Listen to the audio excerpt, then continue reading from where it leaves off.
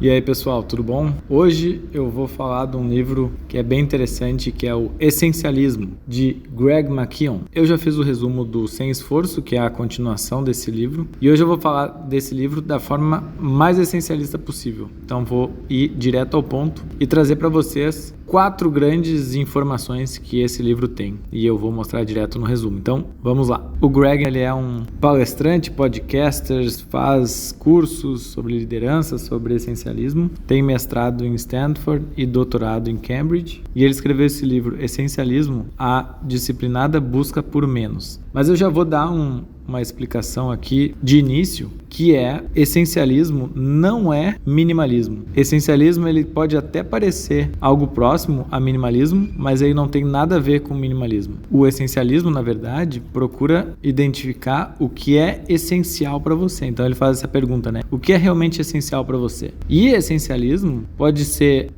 eu quero ajudar a igreja, eu posso querer aprender uma nova língua, eu quero viajar ou quero torcer para o meu time. E é diferente do minimalismo. No minimalismo, por exemplo, eu posso gostar de correr e para fazer uma corrida eu vou ter o mínimo necessário. No essencialismo é o oposto. Se eu acredito que corrida é essencial para mim, eu vou gastar bastante dinheiro, vou ter bastante recurso, mas aquilo é essencial. E daí eu não vou fazer outros esportes ou não vou gastar tempo com coisas que não me interessam. E essa é a grande dificuldade das pessoas hoje em dia, né? Conseguir identificar o que elas realmente querem e o que faz sentido. Por isso esse livro é tão bom e explica tanta coisa interessante. O livro é dividido nessas 4 partes: a parte 1, a parte 2, a parte 3 e a parte 4. Cada uma delas é dividida em vários capítulos que são todos em verbos, né? E eu coloquei aqui a palavra essencial de cada capítulo. Ou seja, na primeira parte, a palavra essência é o que ele mais fala. E nessa primeira parte, ele fala dessa associação que é os potes da vida. Isso é uma analogia que existe num outro livro, que é Os 7 Hábitos das Pessoas Altamente Eficazes, de Stephen Covey, e ele faz uma analogia no sentido das pedras e colocar pedras num pote. Se a gente coloca as pedras menos importantes no início, a gente não vai dar espaço para as pedras essenciais e elas não vão caber no nosso pote da vida. Já se a gente fizer o contrário, se a gente começar colocando as partes maiores e depois a gente coloca as partes menores, as pedras menores elas se acomodam e cabem daí dentro do nosso pote da vida. Por isso é importante a gente identificar o que é essencial para que tudo caiba dentro do nosso pote da vida. E essa é a grande questão, né? O que caberia no nosso pote da vida se a gente fosse fazer essa analogia? A família, os amigos, o trabalho, a carga horária que a gente tem de lazer, de trabalho, da nossa profissão, tudo isso tem que entrar, né, nesse pote da vida. E no livro Essencialismo, basicamente, o que ele responde dessa questão é que a gente deve fazer as coisas certas pelas razões certas. E isso é ser essencialista, ter exatamente os valores corretos para tudo que a gente quer fazer e ter as razões corretas para aquilo que a gente faz. O que é um grande desafio, né? Porque a gente gosta de fazer bastante coisa e a gente está sempre em constante mudança. Por isso, na segunda parte, depois que a gente passa, né, dessa teoria das pedras grandes, a gente vai para a parte 2 do livro, onde ele fala sobre explorar. E a principal parte que eu considerei dentro dessa parte 2 é o dormir, que ele fala sobre respeite o seu patrimônio. Ou seja, a gente pensa que dormir ou relaxar é um tempo perdido, não produtivo, né, e não essencial. Mas ele explica justamente o oposto. É essencial que a gente durma bem, para que a gente possa produzir melhor, para a gente ter mais qualidade no que a gente faz e para a gente poder hierarquizar aquilo que é mais importante para a gente. Então isso me faz relacionar, né, tem uma frase que é: saúde, família e trabalho, não inverta a ordem. Ou seja, eu preciso estar bem fisicamente, eu preciso dormir bem, me exercitar para o meu corpo e eu poder ajudar as pessoas. Depois a minha família é o segundo mais importante, porque para eu poder ajudar a minha família eu tenho que estar bem. E por último, o meu trabalho. Ou seja, a minha família e a minha saúde vem antes do meu trabalho. E justamente é isso que a gente inverte, né? A gente coloca o trabalho antes, para depois a família e por último a saúde. E daí o resultado é insatisfação em todos esses níveis. Por isso que o autor defende, né, que a gente deve respeitar o nosso patrimônio principal, que é o nosso corpo. E daí nessas duas primeiras partes do livro, ele explora principalmente essa questão do o que é mais importante para ti, o que tu julga ser essencial na tua vida e colocar isso tudo em ordem. Para daí depois da parte 1 e da parte 2, a gente vem para parte 3. E nessa parte 3 é eliminar. Tirar tudo aquilo que não é essencial, que é a parte mais difícil, né? E, na minha opinião, essa é a parte mais interessante do livro. Eliminar nessa parte do livro tem total relação com os nossos objetivos, com as nossas metas. E o mais interessante dessa etapa do livro é que, se não for um sim óbvio, então é um não óbvio. Tudo aquilo que a gente acha que talvez dê certo, talvez eu queira, não sei exatamente se eu quero, talvez eu possa. Tudo que é um talvez sim, é um não. E isso é extremamente desafiador, principalmente quando outras pessoas julgam o sim antes da gente querer o sim, né? Então, quando alguém demanda algo e a gente tem que dizer não, eu não posso, é muito difícil. Por isso que nesse livro ele fala sobre a importância de exercitar o não. E daí eu até selecionei aqui a página que eu acho mais importante do livro, que é a página 119, onde ele fala do repertório do não. E daí ele explica assim, os essencialistas não dizem não de vez em quando. O não faz parte do seu repertório regular. Portanto, para que você sempre diga não com tato e gentileza, é útil que você tenha variedade de respostas possíveis para usar. Conheço alguns exemplos muito bons, e daí aqui é bem interessante. Número 1. A pausa embaraçosa. Em vez de ser controlado pela ameaça de um silêncio desagradável, aproveite-o, use-o como ferramenta. Quando receber um pedido, pare por uns instantes. Conte até 3 antes de dar o seu veredito. Ou, se for um pouquinho mais ousado, simplesmente aguarde o outro preencher o vazio ou diga que vai responder depois. O não suave ou o não mas. Recentemente recebi por e-mail um convite para um café. Então respondi: agora estou muito ocupado escrevendo meu livro, mas adoraria me encontrar com você quando terminar. Veja se pode ser mais para o fim do verão. Ou seja, eu não posso agora, mas no futuro de repente eu talvez queira. E daí o não, ele funciona melhor. Número 3. Vou conferir a agenda e fico a lhe dar um retorno.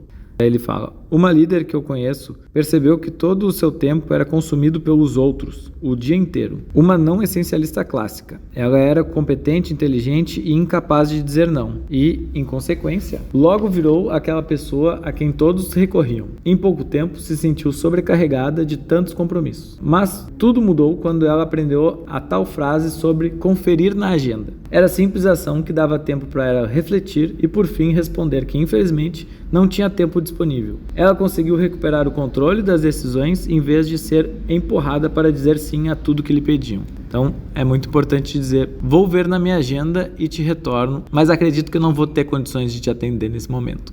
Eu tenho uma outra muito boa aqui que é: sim, mas devo de deixar o que? Sim, mas o que devo deixar de fazer em troca? Ou seja, tu pode até dizer: eu consigo fazer isso, mas eu vou ter de deixar de fazer outras coisas tão importantes que eu estou fazendo no momento. O número 8 aqui é interessante também. Não posso, mas talvez fulano se interesse. E daí ele finaliza essa parte assim: dizer não tem a ver com a própria capacidade de liderança. Não é apenas um talento periférico. Como no caso de qualquer habilidade, começamos com pouca experiência, então aprendemos algumas técnicas básicas, cometemos erros, aprendemos com eles, desenvolvemos mais habilidades, continuamos treinando. Não demora e temos todo o repertório à disposição. Com o tempo, conquistamos o domínio de um tipo de arte social. Podemos lidar com quase qualquer pedido de quase qualquer pessoa com elegância e dignidade. Então seria para finalizar esse capítulo dessa forma: precisamos aprender a praticar o sim, mas um sim lento, e praticar também o não, mas o não rápido. Por isso que é tão importante a gente exercitar o não,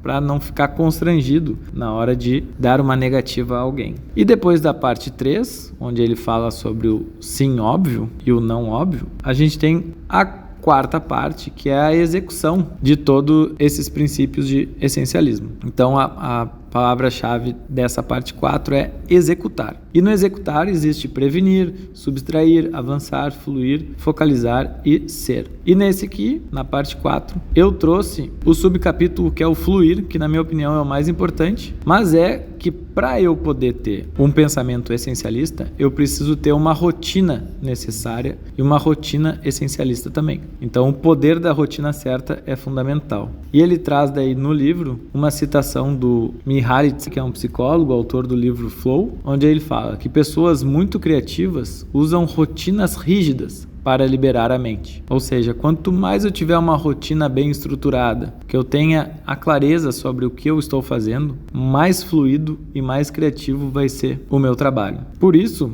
eu finalizo esse resumo com uma indicação que ele não fala no livro necessariamente sobre isso, mas que para mim funciona muito bem, que é: anote as suas coisas e os seus pensamentos. E tenha um caderno. Esse caderno, ele vai ser um segundo cérebro, e eu particularmente uso muito um caderno para deixar a minha mente mais livre para outros pensamentos. Então, se eu tenho algum compromisso, se eu tenho alguma coisa para fazer, se eu tenho alguma ideia que eu ainda não evoluí ela muito bem, eu boto no meu caderno, e daí no meu caderno eu vou deixar ela incubada ali, mas sem estar o tempo todo pensando nela, para daí depois eu poder resgatar. Então, sempre anote as suas coisas. Essa é a dica fundamental que eu daria. Porque se vocês observarem, o ato de anotar as coisas faz com que eu perceba, né? Primeiro, anota o que é essencial para ti. Pega as coisas que tu acha mais importante. Depois, anota os seus compromissos.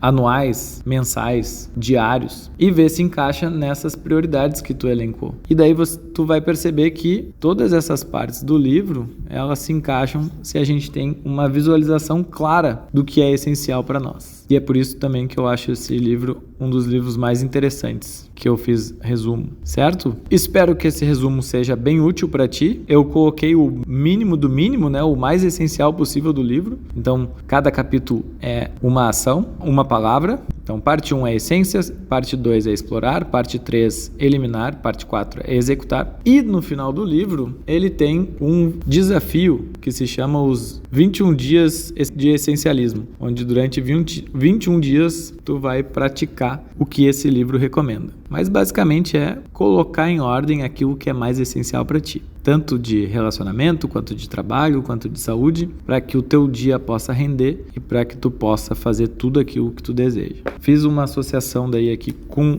a capa do livro, que é passando de uma mistura aqui grande, né, de informação para algo que é mais cíclico, que é algo mais organizado. Certo, pessoal? Se vocês quiserem baixar esse resumo visual em alta resolução e em PDF, um PDF mais completo com tudo que eu percebi desse livro, eu vou deixar disponível no link da descrição, e recomendo também que vocês leiam a continuação desse livro, que é o Sem Esforço, que eu também vou deixar o resumo que eu já fiz aqui para vocês, caso vocês queiram ver a continuação e o vídeo falando do livro Sem Esforço, que é como colocar todas as pedras que já são grandes dentro do nosso pote. Beleza, pessoal? Espero que vocês tenham gostado e nos vemos no próximo resumo. Tchau, tchau!